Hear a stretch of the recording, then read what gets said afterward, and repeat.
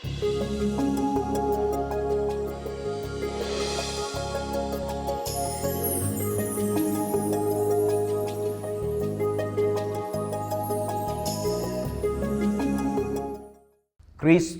ജീവിക്കുന്നു. ക്രിസ്തുസ് വിവെത്.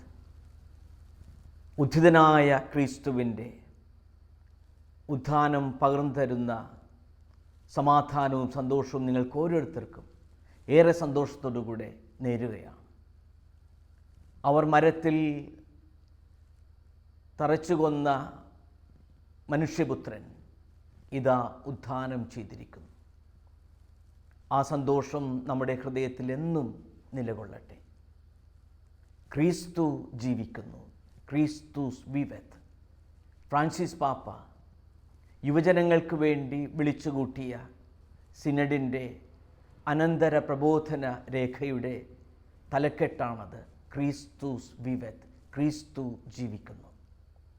ഈ പ്രബോധന രേഖ ഔദ്യോഗികമായി ഒപ്പുവെച്ചത് ഇറ്റലിയിലെ പ്രസിദ്ധമായ തീർത്ഥാടന കേന്ദ്രമായ ലൊറേറ്റോയിൽ വെച്ചാണ്. 2019 മാർച്ച് മാസം 25-ാം തീയതി പരിശുദ്ധ കന്യകാമാതാവിൻ്റെ മംഗലവാർത്ത തിരുനാൾ ദിനം. ആ ദിവസം തന്നെ അത് ഒപ്പുവെക്കുവാൻ പ്രത്യേകമായ കാരണമുണ്ട്. ഒരുപക്ഷേ ഉത്ഥാനത്തിൻ്റെ ഏറ്റവും കൂടുതൽ ആനന്ദം, സന്തോഷം അനുഭവിച്ചത് പരിശുദ്ധ കന്യകാമറിയം തന്നെയായിരിക്കണം. ഈ പെസഹ കാലത്ത് നാം ചൊല്ലുന്ന ത്രിസന്ധ്യാജപത്തിൽ പറയുക, കന്യകാമറിയമേ ആമോദിച്ചാനന്ദിച്ചാലും, എന്തെന്നാൽ കർത്താവ് സത്യമായി ഉയർത്തെഴുന്നേറ്റു. ആ ഉത്ഥാനത്തിൻ്റെ ആനന്ദം സഭയിൽ മുഴുവൻ പകർന്നു കൊടുത്തതിൻ്റെ കാരണക്കാരി പരിശുദ്ധ കന്യകാമറിയമാണ്. ക്രിസ്തു ജീവിക്കുന്നു. ക്രിസ്തുസ് വിവെത്.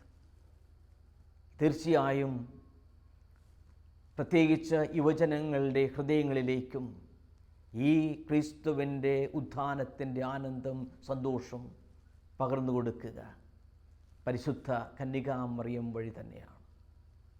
മറ്റൊരു കാരണം, പരമ്പരാഗതമായി നാം പറയുക, ശിഷ്യന്മാരുടെ ഇടയിൽ ഏറ്റവും യുവാവെന്ന് പറയപ്പെടുന്നത് യോഹന്നാനാണ്.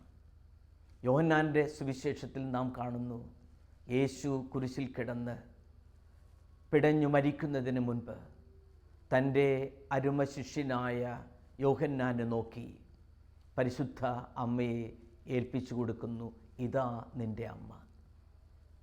അങ്ങനെ ആ ശിഷ്യൻ തൻ്റെ അമ്മയെ സ്വഭവനത്തിൽ സ്വീകരിക്കുന്നു എന്നും രേഖപ്പെടുത്തുന്നുണ്ട്. അങ്ങനെ യുവാക്കളുടെ മാതാവിൻ്റെ ആ മംഗലവാർത്ത തിരുനാൾ ദിനം ഈ സുപ്രധാനമായ ഉദ്ബോധന രേഖ യുവജനങ്ങൾക്കായി സമർപ്പിച്ചു ഫ്രാൻസിസ് പാപ്പ. ക്രിസ്തുസ് വിവെത്. ക്രിസ്തു ജീവിക്കുന്നു. വളരെ ശ്രദ്ധേയമാണ് അതിൻ്റെ ആമുഖ ഭാഗം തന്നെ.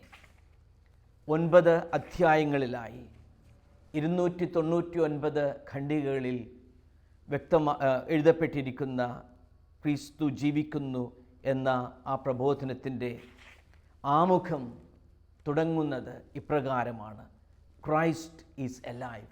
ക്രിസ്തു ജീവിക്കുന്നു. He is our hope. അവനാണ് നമ്മുടെ പ്രത്യാശ.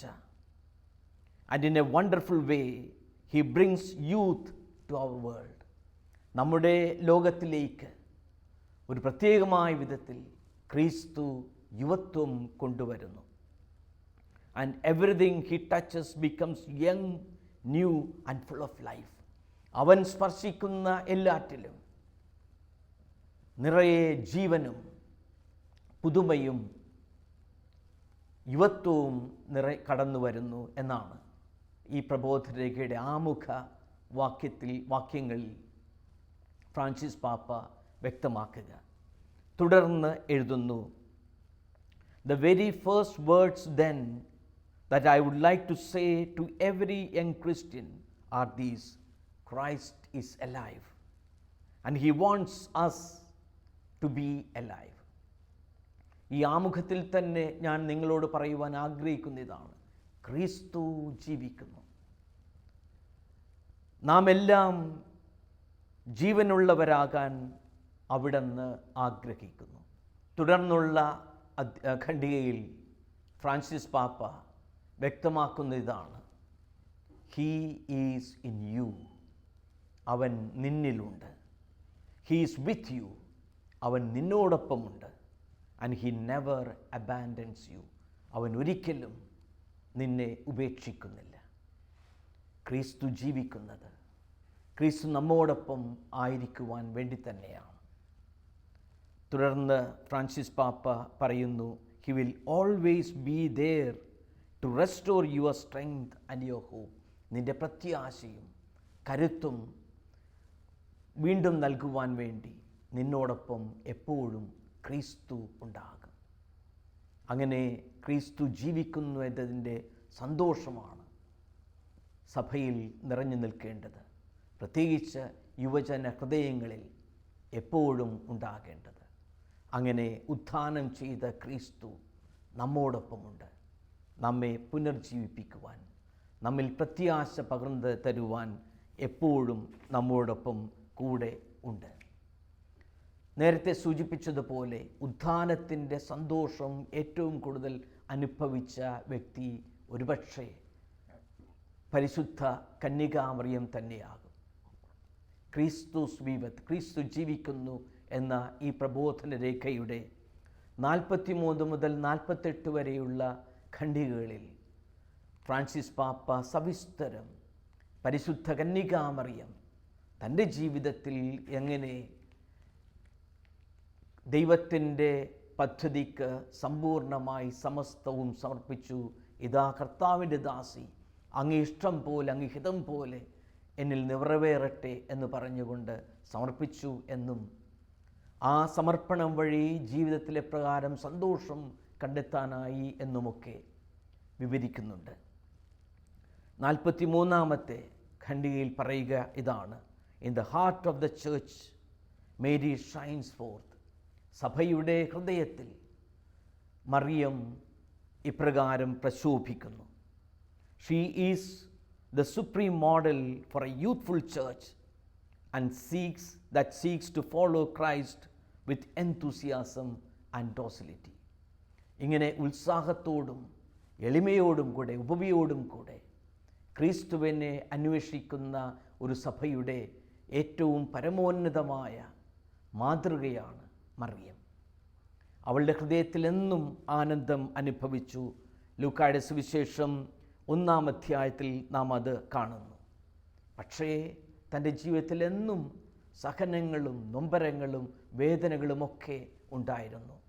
കാൽവരിയിലെ ആ കുരിശിൻ്റെ കീഴിൽ അവൾ സ്വന്തം അരുമ മകൻ പിടഞ്ഞു മരിക്കുന്നത് നോക്കി നിസ്സഹായയോടെ ആയി നോക്കിക്കാണുന്നു.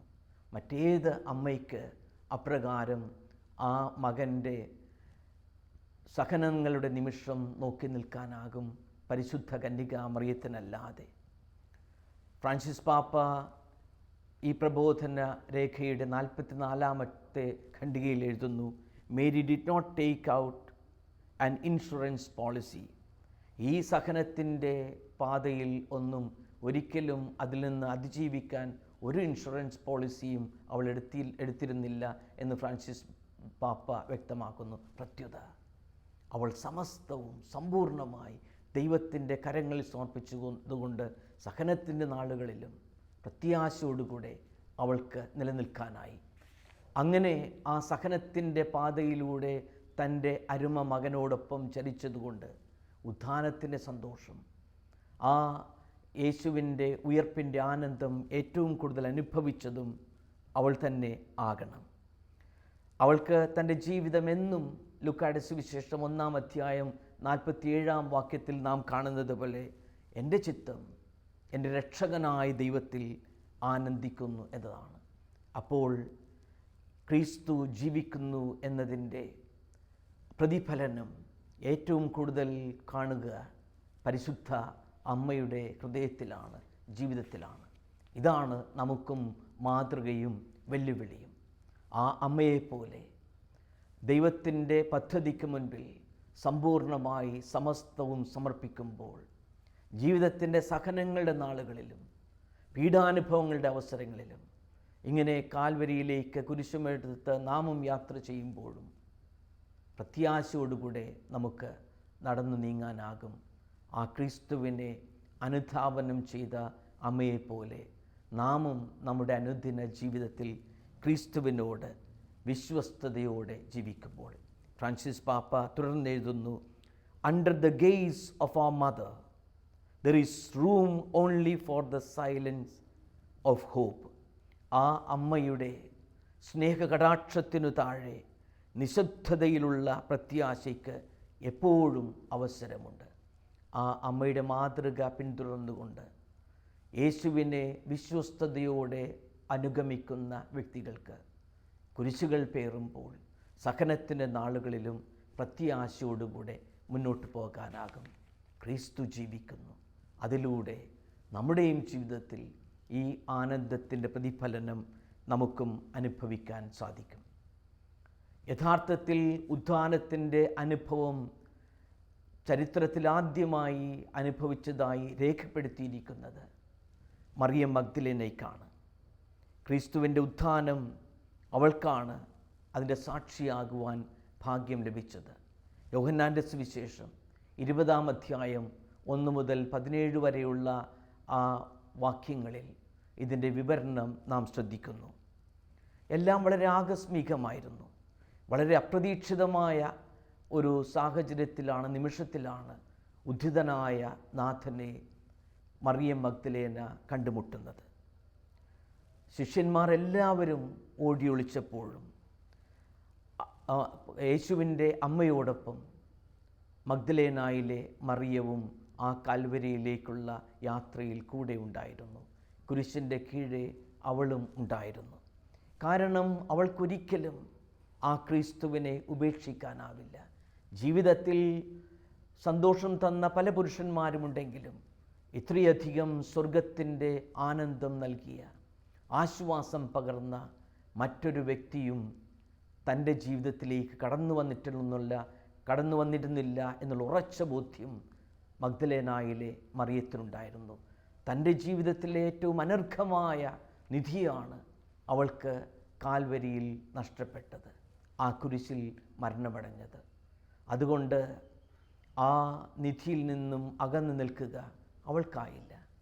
അതുകൊണ്ടാണ് 3-ാം ദിവസം അതിരാവിലെ പ്രഭാതത്തിൽ അവൾ വീണ്ടും ആ കല്ലറയെങ്കിലേക്ക് പോകുന്നത്. യഹൂദ വിശ്വാസമനുസരിച്ച് ഏതെങ്കിലും ഒരു വ്യക്തി മരണപ്പെടുകയാണെങ്കിൽ ആ വ്യക്തിയുടെ ആത്മാവ് ആ കല്ലറയെങ്കിൽ 3 ദിവസം ഇങ്ങനെ സാന്നിധ്യമുണ്ടാകുമെന്നുള്ള ഒരു പരമ്പരാഗത വിശ്വാസം കൊണ്ടാകണം ഒരുപക്ഷെ അവൾ ആ കല്ലറയെങ്കിലേക്ക് അതിരാവിലെ പ്രകാശം വീഴുന്നതിന് മുൻപ് തന്നെ ഈ സുഗന്ധ കൂട്ടുമായി വീണ്ടും വരിക. അവൾക്ക് അല്ലെങ്കിൽ ഒരാഗ്രഹമേ ഉള്ളൂ, കുറച്ചു നേരം ആ കല്ലറയെങ്കിൽ പോയി ഇങ്ങനെ കരഞ്ഞ് തീർക്കുക, തൻ്റെ ദുഃഖമെല്ലാം തീർക്കുക എന്ന്. ഏതായാലും അപ്രകാരം ആ പ്രഭാതത്തിൽ ചെന്നപ്പോൾ അവൾക്ക് അനുഭവിക്കാനായത് ജീവിതത്തിൽ ഒരിക്കലും പ്രതീക്ഷിക്കാത്ത ഒരു കാര്യമായിരുന്നു. അവൾ അപ്പോൾ കണ്ടത് ഇതാ കല്ലറ തുറന്നു കിടക്കുന്നു, കവാടത്തിലെ പാറ മാറ്റപ്പെട്ടിരിക്കുന്നു. അവൾ ഓടി തിരികെ ശിഷ്യന്മാരുടെ അടുത്ത് ചെന്ന് പറയുന്നു അവൾ കണ്ട കാര്യം. കാരണം അവൾക്ക് അത്രയധികം വലിയ പരിഭ്രമമാണ് ആ പ്രഭാതത്തിൽ, അപ്പോഴും ഇരുട്ടായിരിക്കുമ്പോൾ തന്നെ അവൾക്ക് ഉണ്ടായത്. അവൾ യോഹന്നാൻ്റെ സുവിശേഷം 20-ാം അധ്യായം 2-ാം വാക്യത്തിൽ പറയുന്നത് പോലെ അവർ നമ്മുടെ കർത്താവിനെ മോഷ്ടിച്ചിരിക്കുന്നു, ആ ശരീരം എടുത്തുകൊണ്ടുപോയിരിക്കുന്നു എന്നാണ്. അങ്ങനെ ശിഷ്യന്മാർ ഈ കല്ലറയെങ്കിലേക്ക് ഓടിയെത്തുന്നു. ആദ്യം ഓടിയെത്തിയത് യേശു സ്നേഹിച്ചിരുന്ന ശിഷ്യനാണെങ്കിലും ആ മനുഷ്യൻ കാത്തുനിന്ന് പത്രോസിനെ ആദ്യം അത് സ്ഥിരീകരിക്കുവാൻ അനുവദിക്കുന്നു. അങ്ങനെ പത്രോസ് സാക്ഷ്യം ശരിവെക്കുന്നു. അതാണ് ശിഷ്യന്മാരുടെ പ്രമുഖൻ്റെ സാക്ഷ്യം, ഔദ്യോഗികമായ സാക്ഷ്യം. അവർ തിരിഞ്ഞ് പോയിട്ടും അവൾക്ക് അവിടെ നിന്ന് അകന്നു പോകാനുള്ള മനസ്സ് വന്നില്ല. അതുകൊണ്ടായിരിക്കണം അവൾ അവിടെ തന്നെ ആ ശവകുടീരത്തിങ്കൽ, ആ കബറിടത്തിങ്കൽ തന്നെ വീണ്ടും കാത്തു നിന്നത്. ഒരുപക്ഷേ സ്നേഹത്തിൻ്റെ നിർമ്മലമായൊരു സാക്ഷ്യമായിരിക്കാം അതിൽ കാണുക. അവൾക്കങ്ങനെ മറ്റുള്ളവർ പിരിഞ്ഞു പോകാമെങ്കിലും പിരിഞ്ഞു പോകാനാവുന്നില്ല. അപ്പോഴാണ് പ്രതീക്ഷിക്കാതെ പിറകിൽ നിന്ന് ഒരു വിളി, മറിയം. അത് തോട്ടക്കാരനാണെന്നാണ് അവൾ ആദ്യം കരുതിയത്.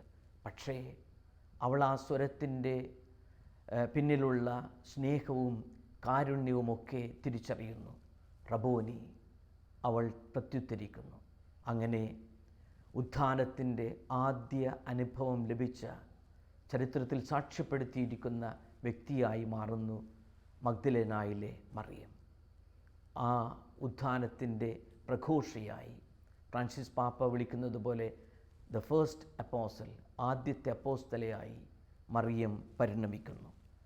തീർച്ചയായും മറ്റ് ശിഷ്യന്മാരുടെയും ജീവിതത്തിൽ യേശുവിൻ്റെ ഈ പ്രത്യക്ഷപ്പെടലിൻ്റെ ഉത്ഥാനത്തിന് ശേഷമുള്ള ആ അനുഭവം ഉണ്ടായി.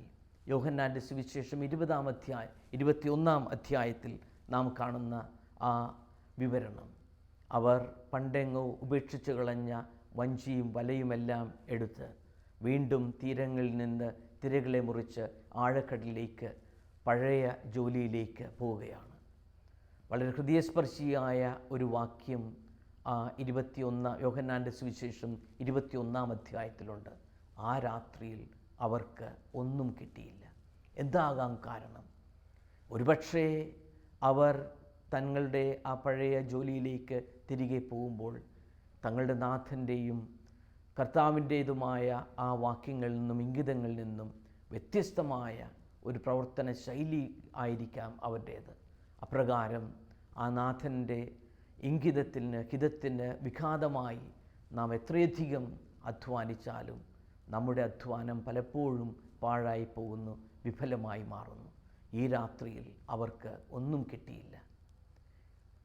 പക്ഷേ യേശുവിൻ്റെ വാക്കുകൾ കേട്ട് അവർ വലയെറിയുമ്പോൾ അതാ 153 വലിയ മത്സ്യങ്ങൾ, സമൃദ്ധിയുടെ അനുഭവം. ആ സമൃദ്ധിയുടെ അനുഭവം ഹൃദയത്തിലേക്ക് വരുമ്പോഴാണ് അത് നാഥനാണെന്ന് തിരിച്ചറിയുക. ആ നാഥൻ്റെ ഉദ്ധിതനായ യേശുവിൻ്റെ സ്നേഹമസൃണമായ സ്വാഗതം. വരുവിൻ, നമുക്ക് പ്രാതൽ കഴിക്കാം. അങ്ങനെ വീണ്ടും ഉദ്ധിതനായ ക്രിസ്തുവിൻ്റെ സാന്നിധ്യവും ആശ്വാസവുമൊക്കെ കാരുണ്യവുമൊക്കെ വീണ്ടും അനുഭവിക്കുകയാണ് ഈ ശിഷ്യന്മാർ. ലൂക്കായുടെ സുവിശേഷം 24-ാം അധ്യായം 13 മുതലുള്ള തിരുവചനങ്ങളിലും നാം കാണുന്നു എമ്മാവൂസിലേക്ക് ഇങ്ങനെ അസ്വസ്ഥ മാനസരായി യാത്ര ചെയ്യുന്ന ആ ശിഷ്യന്മാരോടൊപ്പം സഹയാത്രികനായി കടന്നു വരുന്ന യേശുവിനെ. പക്ഷേ അവർ യേശുവിനെ തിരിച്ചറിയുക വൈകുന്നേരമായപ്പോൾ അവരോടൊപ്പം അപ്പം മുറിക്കുന്ന ആ നിമിഷങ്ങളിലാണ്. വളരെ ശ്രദ്ധേയമാണ് ഈ ഭാഗം. അങ്ങനെ അവരുടെ കണ്ണുകൾ തുറക്കപ്പെടുന്നു. യേശുവിൻ്റെ സാന്നിധ്യമാണ് നമ്മുടെ അന്ധതകൾ അകന്നുകൊണ്ട് വീണ്ടും കണ്ണുകൾ തുറക്കപ്പെടുവാൻ, യാഥാർത്ഥ്യങ്ങൾ തിരിച്ചറിയുവാനുള്ള അവസരമുണ്ടാകുക. രണ്ടാമതായി അവരുടെ സഹചാരിയായ ആ യാത്രികനെ തിരിച്ചറിയുക ഈ അപ്പം മുറിച്ച് അവർ സ്വീകരിക്കുമ്പോഴാണ്. നമ്മുടെയും ജീവിതത്തിലുള്ള നമ്മോടൊപ്പം യാത്ര ചെയ്യുന്ന വ്യക്തികളുടെ, ജീവിക്കുന്ന വ്യക്തികളുടെ സാന്നിധ്യവും യാഥാർത്ഥ്യവുമൊക്കെ തിരിച്ചറിയുക. ഈ ഉദ്ധിതനായ നാഥൻ്റെ കൃപ നമ്മുടെ ഹൃദയത്തെ വീണ്ടും ജ്വലിപ്പിക്കുമ്പോഴാണ്. വചനം വ്യാഖ്യാനിക്കുമ്പോൾ അവരുടെ ഹൃദയം വീണ്ടും ജ്വലിക്കുവാൻ ഇടയാകുന്നു. വീണ്ടും അവർ എഴുന്നേറ്റ് ആ കൂട്ടായ്മയിലേക്ക്, മറ്റു ശിഷ്യന്മാർ ആയിരിക്കുന്ന ആ ഐക്യത്തിലേക്ക് മടങ്ങിപ്പോകുന്നു. അങ്ങനെ ഉദ്ധിതനായ നാഥൻ്റെ അനുഭവം ജീവിതത്തിലേക്ക് കടന്നു വരുമ്പോൾ നമ്മുടെയും ജീവിതം ഐക്യത്തിൽ, കൂട്ടായ്മയിൽ, പരസ്പരമുള്ള പങ്കാളിത്തത്തിൽ, സംഘാതമായ പ്രവർത്തന ശൈലിയിലേക്ക് തിരികെ വരുന്നു. അവർ തിരിച്ച് നടക്കുമ്പോൾ പാതിരാവാണെന്നുള്ള അല്ലെങ്കിൽ രാത്രിയാണെന്നുള്ള ചിന്തയില്ല. അവർക്ക് യാത്രയുടെ ക്ഷീണമൊന്നുമില്ല. വീണ്ടും ഉള്ളിൻ്റെ ഉള്ളിൽ പുതിയ ഉന്മേഷം, ആനന്ദം കൊണ്ട് നിറയുന്നു. ഉദ്ധിതനായ നാഥൻ നമ്മുടെയും ഹൃദയത്തിലേക്ക് കടന്നു വരുമ്പോൾ ജീവിതത്തിൽ പുതിയ ആനന്ദത്തിൻ്റെ അനുഭവം, അന്ധകാരമെല്ലാം മാറിക്കൊണ്ട് ഒരു പ്രകാശവും പുതിയ ഒരു പ്രത്യാശയും നമ്മുടെ ഹൃദയത്തിൽ വന്ന് നിറയുന്നു. അവൻ ഉത്ഥാനം ചെയ്തിരിക്കുന്നു, ഞങ്ങൾക്ക് പ്രത്യക്ഷനായി എന്നാണ് എമ്മാവുസിൽ നിന്ന് തിരിച്ചു വരുന്ന ആ ശിഷ്യന്മാരുടെ പ്രഘോഷണം. തീർച്ചയായും ഉദ്ധിതനായ നാഥനെ നാം ഹൃദയത്തിൽ അനുഭവിക്കുമ്പോൾ, നമ്മുടെ ഹൃദയങ്ങൾ ജ്വലിക്കുമ്പോൾ, നമ്മുടെ കണ്ണുകൾ തുറക്കപ്പെടുമ്പോൾ ആ നാഥനെ പറ്റിയുള്ള പ്രഘോഷണം ജീവിതത്തിൻ്റെ ഭാഗമായി മാറുന്നു. പ്രസിദ്ധനായ ദൈവശാസ്ത്രജ്ഞൻ മോൾട്ട്മാൻ അദ്ദേഹത്തിൻ്റെ തിയോളജി ഓഫ് ഹോപ്പ് എന്ന പുസ്തകത്തിൽ എഴുതിയിരിക്കുന്നത് ഇപ്രകാരമാണ്: ഉത്ഥാന വിശ്വാസമല്ലാത്ത ക്രൈസ്തവ വിശ്വാസത്തെ ക്രൈസ്തവം എന്നോ വിശ്വാസം എന്നോ പറയാനാവില്ല. അദ്ദേഹം എഴുതിയത് ഇപ്രകാരമാണ്: Christian faith that is not resurrection faith can be called neither Christian nor faith. ഉദ്ധിതനായ ക്രിസ്തുവാണ് നമ്മുടെ വിശ്വാസത്തിൻ്റെ എല്ലാം കേന്ദ്രബിന്ദു. ആ ക്രിസ്തുവിനെ നമ്മുടെ ഹൃദയത്തിൽ സ്വീകരിക്കുകയും ആ ക്രിസ്തുവിനെ പ്രഘോഷിക്കുകയും ചെയ്യുമ്പോഴാണ് യഥാർത്ഥത്തിൽ നമ്മുടെ ജീവിതം കൂടുതൽ അനുഗ്രഹപ്രദമായി മാറുക. ക്രിസ്തുസ് വിവെത്ത്, ക്രിസ്തു ജീവിക്കുന്നു എന്ന ആ യാഥാർത്ഥ്യത്തിൻ്റെ പ്രതിഫലനമാണ് നമ്മുടെ ജീവിതത്തെ കൂടുതൽ അനുഗ്രഹപ്രദമാക്കി മാറ്റുക. ചരിത്രത്തിൽ ഇപ്രകാരം ഉദ്ധിതനായ ക്രിസ്തുവിനെ ഹൃദയത്തിൽ സ്വീകരിച്ച ഒത്തിരിയധികം പേരുടെ വളരെ ഹൃദയസ്പർശിയായ ജീവിത സാക്ഷ്യങ്ങൾ ഫ്രാൻസിസ് പാപ്പ ഈ യുവജനങ്ങൾക്ക് വേണ്ടിയുള്ള സിനഡനന്തര ഉദ്ബോധനത്തിൽ വിവരിക്കുന്നുണ്ട്. ക്രിസ്തുസ് വിവെത്ത്, ക്രിസ്തു ജീവിക്കുന്നു എന്ന ആ പ്രബോധന രേഖയുടെ 49ാമത്തെ ഖണ്ഡിക മുതൽ ഈ ചരിത്രത്തിലെ യങ് സെയിൻസ്, വിശുദ്ധരായ യുവാക്കളായ വിശുദ്ധരുടെ സാക്ഷ്യങ്ങൾ നൽകി കൊടുക്കുന്നുണ്ട്. വിശുദ്ധ സെബസ്ത്യാനോസ് ഇപ്രകാരം റോമൻ സൈന്യാധിപ സംഘത്തിലെ ഒരു യുവാവായ പടയാളിയായിരുന്നു, യോദ്ധാവായിരുന്നു. പക്ഷേ ക്രിസ്തുവിലുള്ള വിശ്വാസം പ്രഖ്യാപിക്കുക വഴി ഒത്തിരിയധികം ജീവിതം തന്നെ വെല്ലുവിളിയായി നേരിടേണ്ടി വരുന്ന കഥ ഫ്രാൻസിസ് പാപ്പ ഇന്നത്തെ ഈ ആധുനിക കാലഘട്ടത്തിൽ യുവജനങ്ങൾക്ക് പ്രചോദനമായി നൽകുന്നുണ്ട്. വീണ്ടും ഈ പ്രബോധന രേഖയുടെ 52ാമത്തെ ഖണ്ഡികയിൽ അസീസിയിലെ വിശുദ്ധ ഫ്രാൻസിസിൻ്റെ ജീവിത സാക്ഷ്യവും പകർന്നു തരുന്നുണ്ട്. ഫ്രാൻസിസ് പാപ്പ പറയുന്നത് ഇപ്രകാരമാണ്: saint Francis of Assisi, while very young and full of great dreams, heard Jesus call to become poor like him and to rebuild the church by his witness. തൻ്റെ സാക്ഷ്യം വഴി സഭയെ വീണ്ടും പടുത്തുയർത്തുവാനും അങ്ങനെ ദരിദ്രനായ ക്രിസ്തുവിനെ അനുധാവനം ചെയ്യുവാനുമുള്ള ആ വിളി അസീസിയിലെ ഫ്രാൻസിസിനുണ്ടായിരുന്നു. ഹി ജോയ്ഫുള്ളി റിനൗൺസ്ഡ് എവറിത്തിങ്, എല്ലാം സന്തോഷത്തോടുകൂടെ ഉപേക്ഷിക്കുകയാണ് അസീസിയിലെ ഫ്രാൻസിസ്. മാത്രമല്ല, ഒരു യൂണിവേഴ്സൽ ഫ്രറ്റേണിറ്റി, വിശ്വസാഹോദര്യം തൻ്റെ ഹൃദയത്തിൽ സൂക്ഷിക്കുകയും ചെയ്തു. അതാണ് വിശുദ്ധ ഫ്രാൻസിസ് അസീസിയുടെ ജീവിതം. അപ്രകാരം സമൂഹത്തിൽ, ചരിത്രത്തിൽ ഉദാഹരണമായി ഒത്തിരിയധികം വിശുദ്ധരുടെ ജീവിതങ്ങൾ, വിശുദ്ധ കൊത്രേസ്യ, വിയറ്റ്നാമിലെ ബ്ലെസ്സഡ് ആൻഡ്രൂ ഫ്യൂ എൻ, വിശുദ്ധ ഡൊമിനിക് സാവിയോ എന്നിങ്ങനെ പലരുടെയും ജീവിതത്തിൻ്റെ സാക്ഷ്യങ്ങൾ, യുവാക്കളായ വിശുദ്ധരുടെ സാക്ഷ്യങ്ങൾ നൽകി ഇന്നത്തെ ഈ ആധുനിക കാലഘട്ടത്തിൽ എപ്രകാരം ക്രിസ്തുവിൻ്റെ ഉത്ഥാനത്തിൻ്റെ സജീവ സാക്ഷികളായി നമുക്ക് മാറാം എന്നും ഫ്രാൻസിസ് പാപ്പ ക്രിസ്തുസ് വിവെത്ത്, ക്രിസ്തു ജീവിക്കുന്നു എന്ന ഈ സിനഡനന്തര ഉദ്ബോധന രേഖയിൽ പറയുന്നുണ്ട്. ഒരു നിമിഷം നമുക്ക് പ്രാർത്ഥിക്കാം. സ്നേഹപിതാവായ ദൈവമേ, അങ്ങയുടെ അരുമസുതൻ്റെ ഉത്ഥാനം ആഘോഷിക്കുന്ന ഈ അവസരത്തിൽ ആ ക്രിസ്തു ഞങ്ങളോടൊപ്പം എന്നും സജീവതയോടുകൂടെ ജീവിക്കുന്നുവെന്നും ആ ജീവിതം ഞങ്ങളുടെ ഹൃദയത്തിൽ സ്വീകരിക്കുമ്പോൾ ഞങ്ങളുടെ ജീവിതം കൂടുതൽ യുവത്വപൂർണമായും കൂടുതൽ ജീവസുറ്റതായും മാറുന്നുവെന്ന് ഞങ്ങൾ വിശ്വസിക്കുന്നു. ഞങ്ങളുടെയും ഹൃദയങ്ങളെ ജ്വലിപ്പിക്കണമേ. ഞങ്ങളുടെയും കണ്ണുകളെ അങ്ങ് പ്രകാശിപ്പിക്കണമേ. അങ്ങനെ എന്നും പ്രത്യാശയോടുകൂടി ജീവിക്കാൻ ആ ഉദ്ധിതനാഥൻ്റെ സാന്നിധ്യം ഞങ്ങളുടെയും ജീവിതത്തെ അനുഗ്രഹിക്കണമേ. പരിശുദ്ധ അമ്മയെപ്പോലെ എന്നും ഞങ്ങളുടെ ജീവിതം ആനന്ദിച്ചാഹ്ലാദിക്കുവാൻ, മറ്റുള്ളവർക്ക് ആ പ്രത്യാശ പകർന്നു കൊടുക്കുവാൻ ഇടയാക്കണമേ. ചരിത്രത്തിലെ ഈ ജീവിത സാക്ഷ്യം വഴി ക്രിസ്തുവിനെ, ഉദ്ധിതനായ നാഥനെ പ്രഘോഷിച്ചിട്ടുള്ളവരെ പോലെ ഞങ്ങളുടെയും ജീവിതം ഒരു സാക്ഷ്യത്തിൻ്റെ ജീവിതമാകാൻ പരമേകണമേ. പ്രിയമുള്ളവരെ, യേശുവിൻ്റെ ഉത്ഥാനം നമ്മുടെ ജീവിതത്തെ കൂടുതൽ സന്തോഷഭരിതമാക്കുന്നു, ആനന്ദപൂർണ്ണമാക്കുന്നു. ഈ ഉത്ഥാനത്തിൻ്റെ ആശ്വാസവും സമാധാനവും സന്തോഷവും എന്നും നമ്മുടെ ജീവിതത്തിൽ നിറഞ്ഞു നിൽക്കട്ടെ. യേശുവിൻ്റെ ഉത്ഥാനത്തിൻ്റെ എല്ലാ മംഗളങ്ങളും സ്നേഹമോടെ ഒരിക്കൽ കൂടെ നേരുന്നു. ദൈവം നമ്മെ, ഉദ്ധിതനായ നാഥൻ നമ്മെ സമൃദ്ധമായി അനുഗ്രഹിക്കട്ടെ.